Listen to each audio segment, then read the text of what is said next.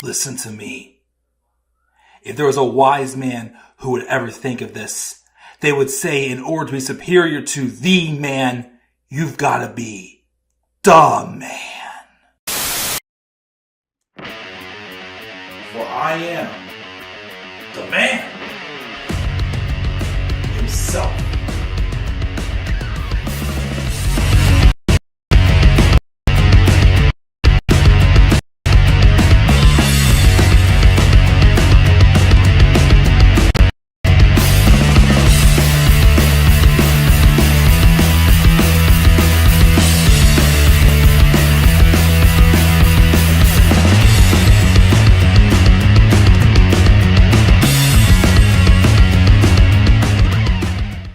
Alright guys, good morning. How you guys all doing on this Sunday morning? This is the Club of the Man 1993.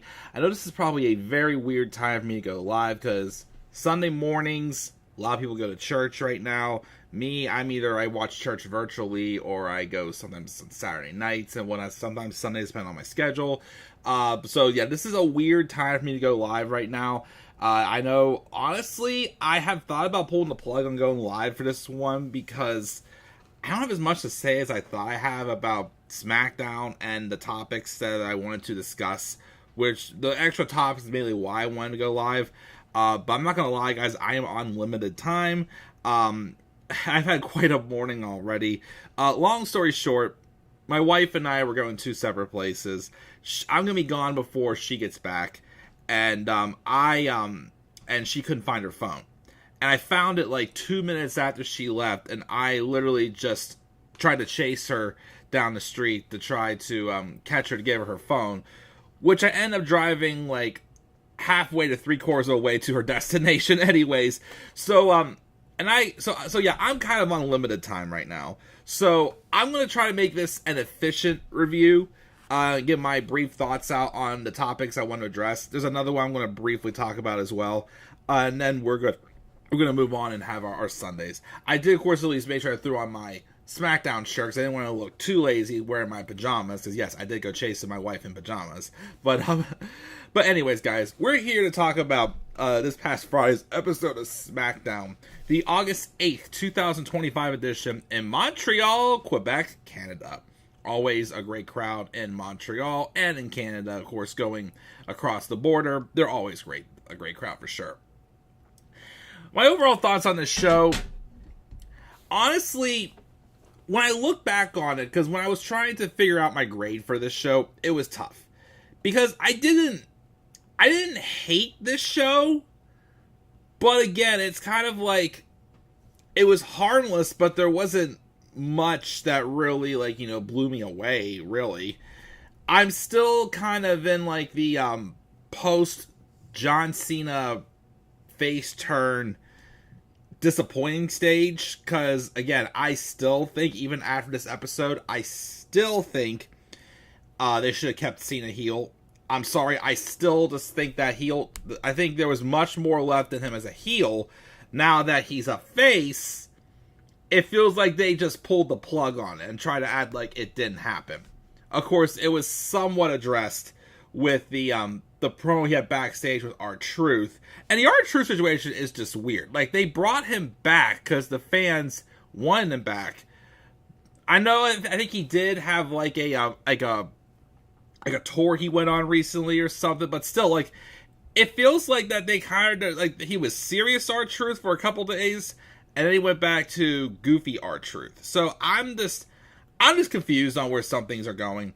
And of course, on one piece of news we got this past week.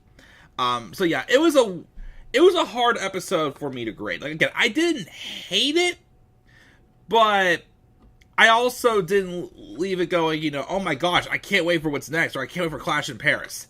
Because right now, I kind of have low expectations for Clash in Paris.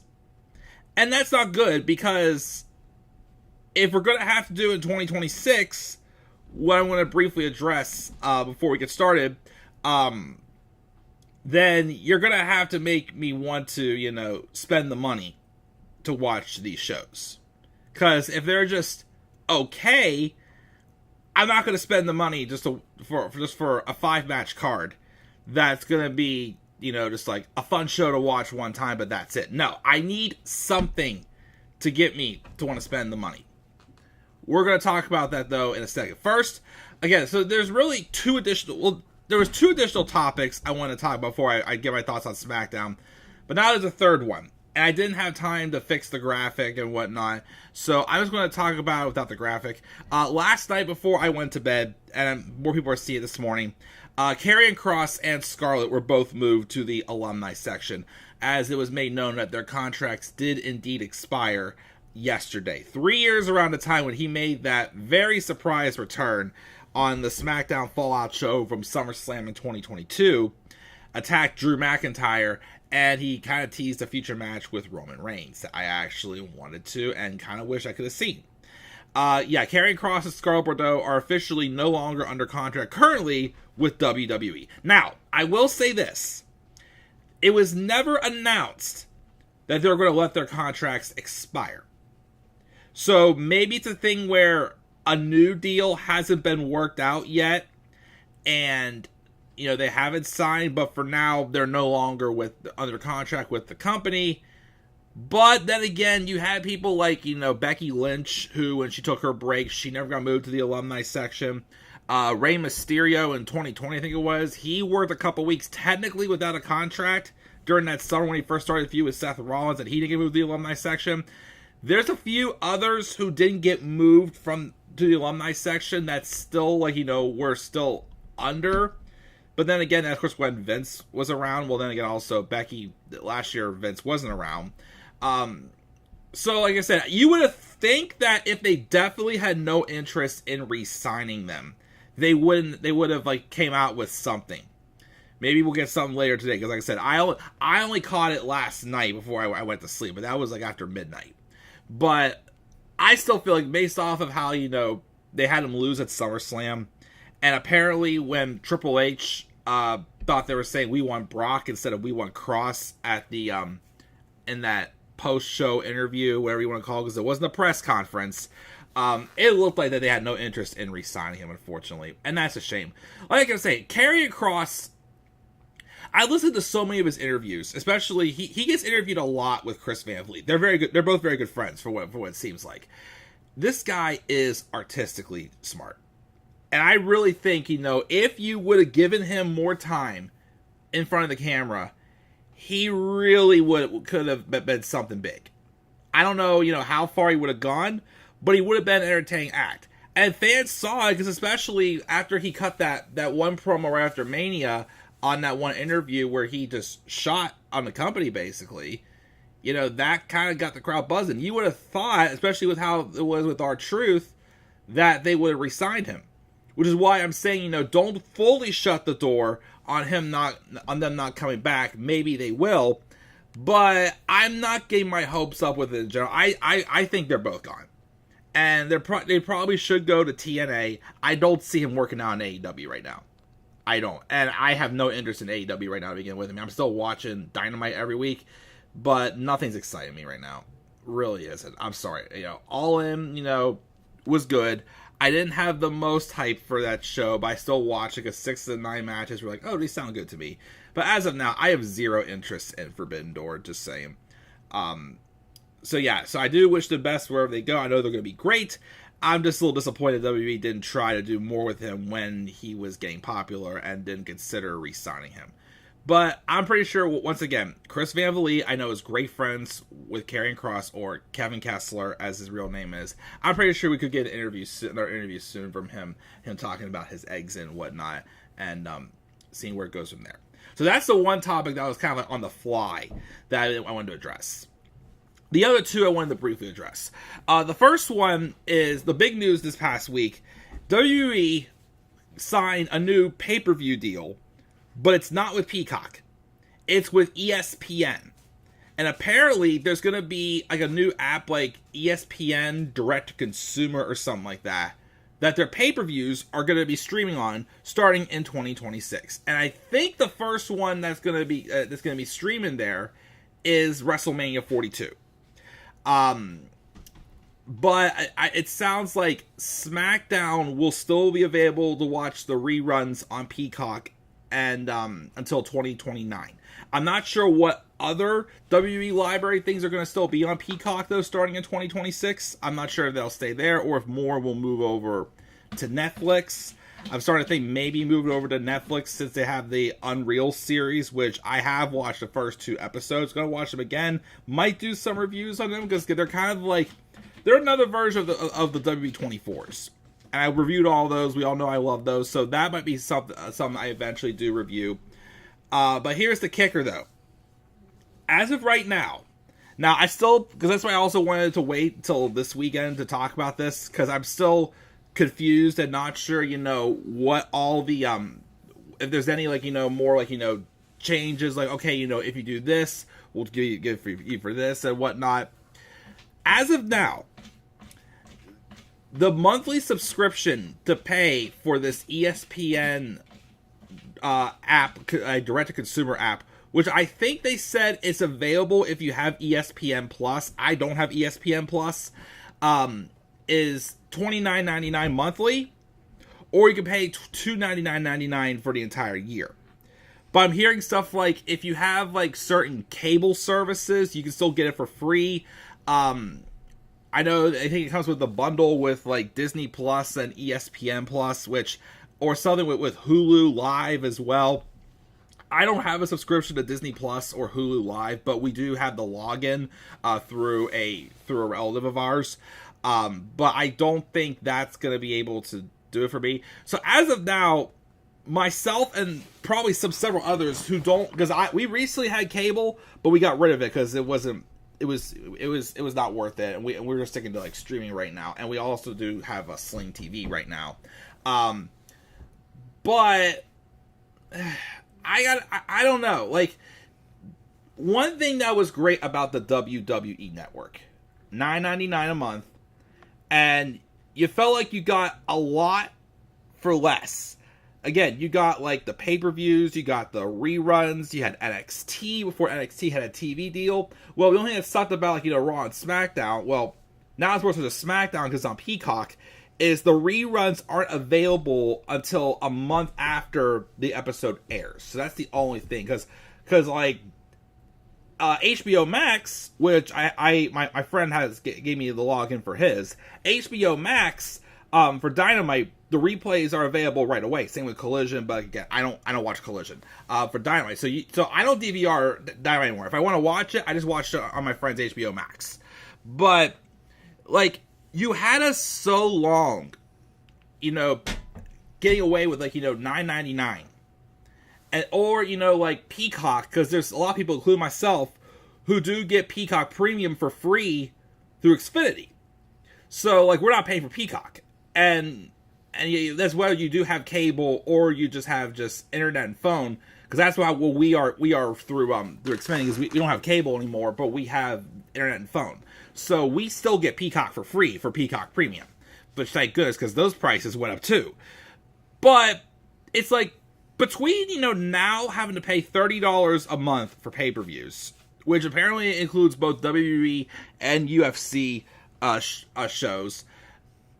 I don't know. It's especially also what saying all these things are getting moved around to different streaming services.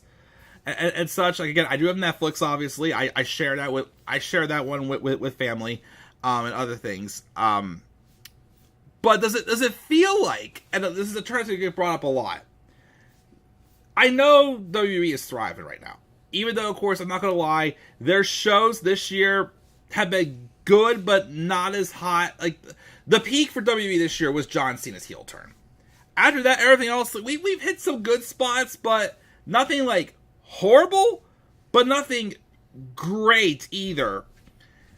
But everything's getting so expensive anymore, it seems for WWE, between tickets and now we got pay-per-views and all this other stuff that's happening with the company. It's starting, I'm hearing this phrase go a lot around the YWC. It feels like we're paying more for less, and that's the problem I have. It's we're paying more for less. apparently there's still talks. There could be some additional deals. Like, if you have this, maybe they'll give you this off or something like that. I don't know. All I know is that, like, especially like with how the pay-per-view's been this year, which we've had some great ones, like I said, because of course, where they went with John Cena, I gotta give Evolution, my opinion, as the best show of the year. I would pay for Evolution. But, like, most of the other shows this year, like, I'd pay for Rumble, Chamber, yes. WrestleMania, it was good. Oh, that's everything, too. If at least it's a monthly subscription, and it's not a per-show subscription. Like, we won't have to pay, $30 per night for WrestleMania. Or, like, any other, two-night shows. There's supposed to be more two-night shows to come. Tony Khan would probably make you pay 2 nights. Go back to 2023 when he made you pay back-to-back weekends, $50 each, for $50 for All In and $50 for All Out. No thank you. But, yeah, it's like, I don't want to be like a bitter fan who's like, well, you gotta pay now to watch these pay-per-views and we didn't have to do them. It's like, I understand the outrage. I mean, again, I know there's some fans who like already have these streaming services, so they really have nothing to worry about. But for those who do, it's like, it sucks. It more so it's like, it is what it is and it sucks. But again, like, if this is the route we're going, personally for fans, like, is it going to be worth it? Because are we still going to be getting what we get now on the streaming services? Or are we going to be getting less? Because I do like watching those, like, additional, like, documentaries and whatnot that they do. So, we'll have to wait and see what happens. But I will say, though, regardless of, like, what fans have to pay, having them on ESPN through ESPN is definitely, I think, good business for the company in general. That is a great platform for sure. Again, there's pros, there's cons to it. So, we'll see what happens as it get's closer. Maybe there'll be more coming out, like the things clear, because I still think the whole situation is kind of confusing a little bit to me, but it'll make more sense when it gets closer to 2026 when it happens. And finally, the third piece of news before I get to my brief thoughts on SmackDown is Austin Theory earlier this week was announced that he was removed from the internal roster. And a lot of people were speculating that he may be getting released or he may have been fired. Apparently, the latest I heard, it's because he's out due to an injury. I know also recently, Grayson Waller announced on TV that him and Austin Theory are no longer a tag team. And they made it seem like, it's part of the storyline where they're legitimately no longer a tag team. And I know right before Austin Theory went out on injury that he was seemingly starting to get like kind of like a carrying cross treatment. Like the crowd was, wanting to see him get more than what he's been getting. Which, again, if you want to try him as a babyface, I'm not opposed. It hasn't been done yet. Like what do you have to lose? Like, the most I was excited for Austin Theory was the period in between when he dropped the Money in the Bank briefcase and his WrestleMania 39 match with John Cena. Because I don't think he's been the same since Cena buried him on the microphone with that promo he cut on him. And that was literally the only one-on-one promo they had before their WrestleMania match. And I think also, when they had the match also, the match wasn't that great. But I think also, it felt like, the way it felt like, they were just like flying in Cena and flying him right back out to his movie. To me, I don't think Cena was able to fully commit to that match. Like, he's been able to commit to his matches he's had this year. But, I don't think he's been the same. Because even like his run with Grayson Waller as a tag team really hasn't been that great. I know he's talented. Like I said, like when he dropped the selfie gimmick and he dropped the Money in the Bank briefcase and he had that more serious gimmick when he had that brief feud with Dolph Ziggler in 2022, I was one going, Raw is Theory. Like this is what I want to see from Theory. But like I said, like he definitely wasn't ready for the spotlight that Vince was going to give him yet. And then they still went ahead with the match with him and Cena at WrestleMania. And like I said, to me, I felt like it made him look worse than it made him look any better. Like, him beating Cena feels like an afterthought to me. But as of now, He's still under contract. It's apparently due to his injury from last I said. It's an undisclosed injury.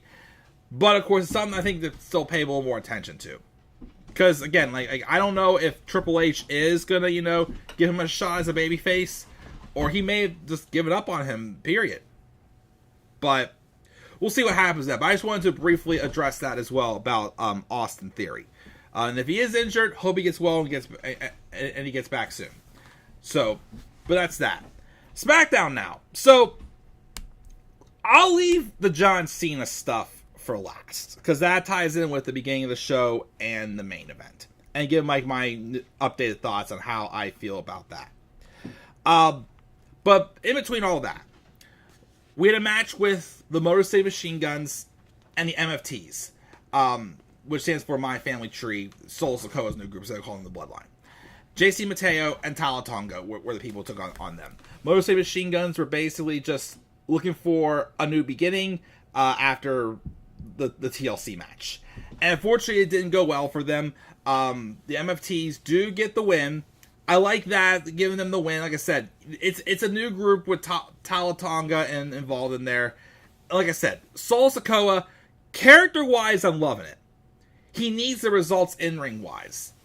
And what happened next, I didn't help the cause. So after the match, Solo gets on the microphone and just hypes up his boys as future tag team champions, and he's the most dominant United States champion himself. And he goes, "Oh, it's a shame I'm all dressed, but no one's here to fight me. So we're going to get out of here."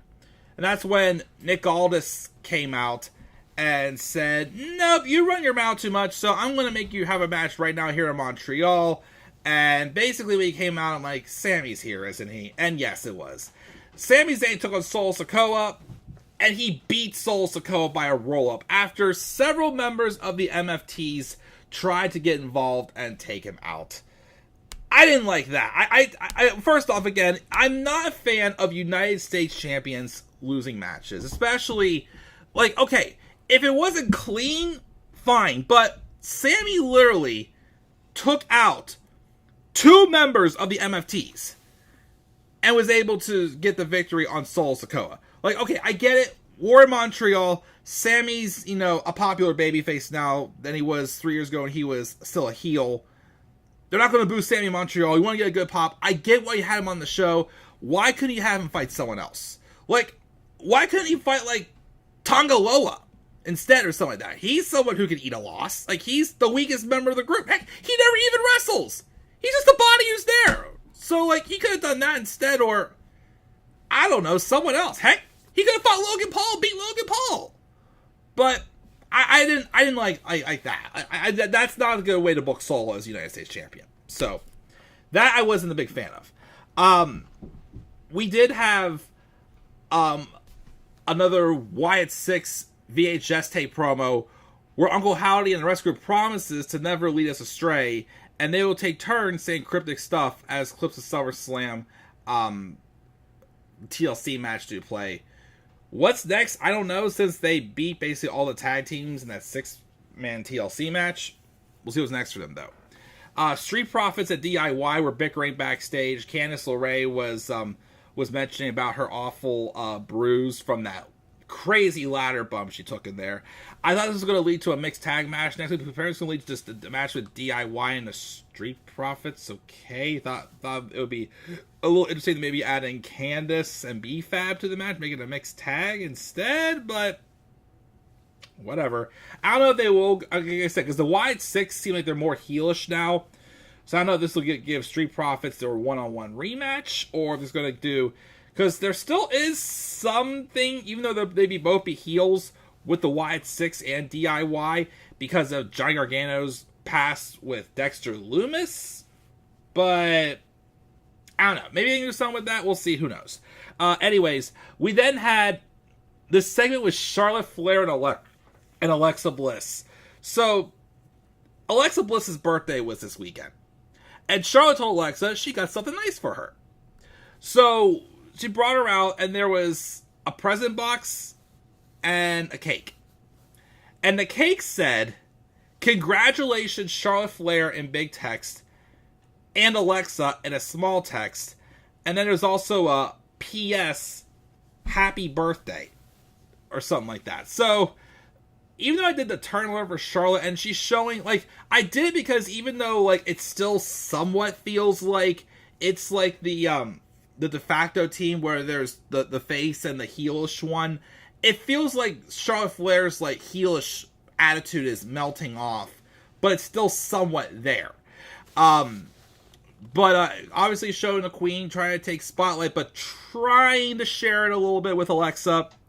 And then they have this part where, you know, Charlotte's trying to push the gift to Alexa. Alexa's like, you don't have to, and the pushing it back and forth thing, that was kind of that was kind of entertaining as well. Like these, they're entertaining me a little bit. But like I said, like, you know, I know, I guess, like, you know, the whole thing where I feel like they kind of like rushed the story a little bit. Probably because of Liv Morgan's injury. It's kind of wearing off, because I am seeing that this is getting a little more entertaining every week I watch it. But anyways, in the present, Charlotte got Alexa a Lily doll that said has the "We're Not Friends" shirt that that Alexa and Charlotte each wear.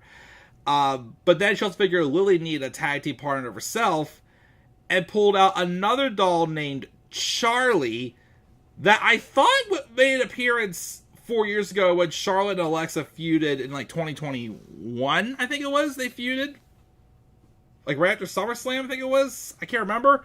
I thought that was a thing, but it gave her that tag team partner. And then she goes, but, you know, Alexa, of course, seemed touched, and Charlotte was like, you know, I need something else from you, though. She goes, I need it. Montreal needs it. I'll share the spotlight with you. You can hug me now. And Alexa, of course, was hesitant. The crowd's chanting that they wanted them to hug it out. And Alexa's getting closer, but then they get interrupted by Chelsea Green and Secret Hervice. And Chelsea's upset that Montreal, who's part of her home country of Canada. I think she's from, isn't Chelsea from British Columbia, I think? British Columbia or Vancouver, one of the two, I think she's from. But she's upset that the Americans, Charlotte and Alexa, are being cheered, and it makes her want to turn in her passport, but then Montreal doesn't see champions often. And then, and she's also mad that her homecoming is not being celebrated. And then she goes, I have one, this was weird, because I thought because then Charlotte said she had one more gift for Bliss, and she gets to kick Chelsea's ass. But then Nick Aldis comes out and makes it Charlotte and Chelsea, which I was confused about. The match wasn't really much. Charlotte beat Chelsea after Chelsea went to hit the unprettier on Charlotte through the cake, but instead Charlotte reversed it and hit it on Chelsea through the cake, and then got her to tap out to the figure eight. Okay. Backstage we have Carmelo Hayes, who's waiting to talk to Nick Aldis, and The Miz pops up. He hadn't seen Miz for a while. I think he went away for a movie, I think. And Hayes was upset that Miz left him hanging high and dry for 2 months. But then Miz said he had a bunch of explanations before telling him he got them a match to remind everybody how great Melo is. And they buy it, but then it was a tag match. I guess. Or I can't remember which one it was. But he's having a match. They're having a match next week of some sorts. Again, I'm still hoping that this tag team leads to Carmelo Hayes going face, because I feel, again, it just feels like if he stays heel, I don't see him getting anywhere. But it feels like that he's in a spot where they want to say, okay, he's great, he is going to be getting a spotlight someday, but not yet. And I feel like he's only a heel because he's putting on good matches, but eventually they're going to want to see him turn face when he's going to do his best work. If that makes sense. We'll see there. But we have that in there. Tiffany Stratton had a backstage segment where she's just going to keep defending her title. Jade Cargill rolls up and tells Tiffy that she got lucky because of her foot being on the rope and things will be different next time, blah, blah, blah. She goes to walk away, and then Kiana James walks up to her as, again, she's now the business manager of Julia. and offers her a business card. And Jade takes the card and tells her to consider giving her a call if she's serious about winning titles. Basically, she's trying to recruit her. But then Mia Yim walks by and takes it. She goes, "Oh, I'll take that, because I've got plans to get a U.S. title shot myself," basically. A little strange segment, but whatever. Aleister Black had a nice backstage, promo. It reminded me of when he was doing those Dark Father promos before he got released in 2021. Basically, just emphasizing him more being a heel. Talking about, his willingness to use violence to stop the greater evil. And the difference between good and evil is just the strength of your convictions and whatnot. Basically, just furthering on, just something to remind us about him and Damian Priest's segment. All right, so the last thing to talk about is John Cena. So as I said back in my SummerSlam review and in my turn alert for John Cena, I'm not the biggest fan of the fact that they pulled the plug on John Cena's heel run. I get it, and I'm trying to be more, understanding of it because it's his last run. Fans do want to cheer him. I get it. My thing, though, is you set the table for all this. You had to go with it. And, again, I still think the biggest blunder is The Rock and Travis Scott not being fully committed to it, but being a part of it, and that kind of really hurt it. And just the fact that, again, they just did it so abruptly. Like, John Cena, 1 week was trying to weasel out of his match with Cody, and then Cody tells him that, I want to fight the real John Cena at SummerSlam. Okay, that's fine. And now John Cena came out on and basically did his usual babyface hype stuff without much explanation as to why he let go of everything. Or the fact that he mentioned again, he was, he basically, before, hyped up Montreal and how, they were afraid to come back to Montreal. Probably not emphasized this because of the Montreal screw job. But he mentioned how he's afraid right now. And he, of course, mentioned that he's afraid that, once everything's done, we'll forget about him. Which is what he said last week whenever he cut his promo when he turned face, which I wasn't sold on until SummerSlam. That he wanted to take this championship and go home because he was worried if he didn't, they would forget about him. Which, that's... I don't know. That still feels kind of weak. But he also mentioned how he's afraid of Brock Lesnar. But he says he's afraid of what's going to happen to Brock Lesnar when they come face to face. So I thought they were going to be doing Cena and Lesnar at Clash in Paris. Whatever. Nope. Logan Paul comes out basically mentioning how he's disappointed in John Cena, which honestly I'd be too, with, they were just teaming up at Money in the Bank a few months ago, and now he's back to, he basically got soft and went back to his old self and whatnot. I don't know. But that set up, basically they set up for a match at Clash in Paris. We're getting John Cena and Logan Paul at Clash in Paris. To which I'm like, if it was earlier on in the year, I'd be a little more accepting of it. But now, with how many dates Cena has left, and there's other matches I'd rather see, I'm sitting there and I'm like, we're really gonna waste two of his last couple matches on, of all people, Brock Lesnar and Logan Paul?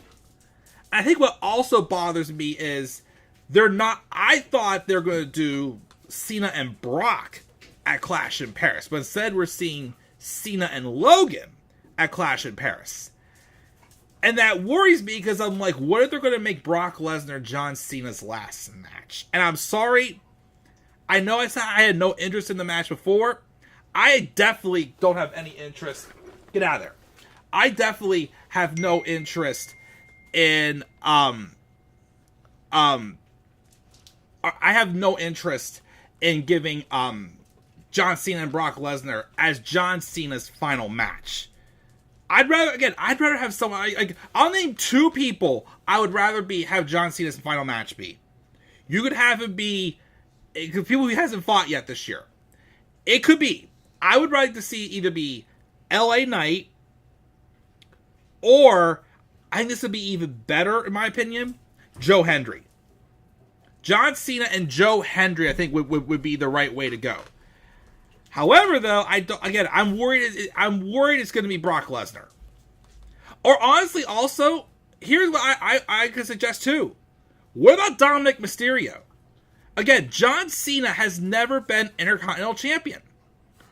If he wants to just win the title, he can say the simple thing of I don't want to run with it. I just want to win that title just to say I won the title, and then I'll hand it right back to the company. Basically, you could have done that. I heard rumors that was going to be the Crown Jewel match, but I don't know now that they're going to have him with Logan Paul. Or also, another match I'd like to see him have, I wouldn't put this as his last match, but because they teased it in 2019, when Cena was originally going to be in the 2019 Rumble, but then he wasn't in the end. I think he had, because of his scheduling and whatnot. But they teased John Cena versus Drew McIntyre, which I still kind of want to see that match.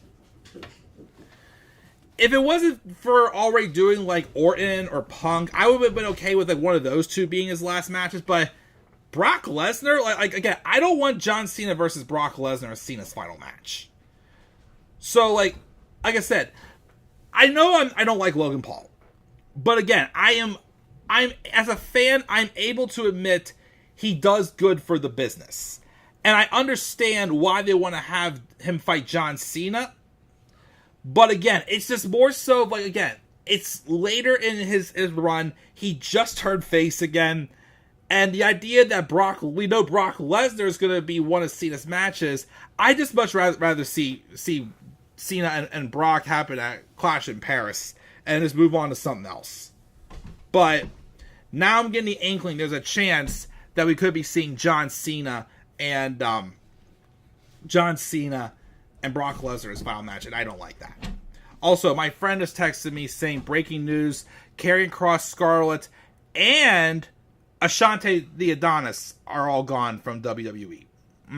Well, I figured we already talked about Karrion Kross and Scarlett, but yeah, I'm surprised Ashante stuck around as much as he did.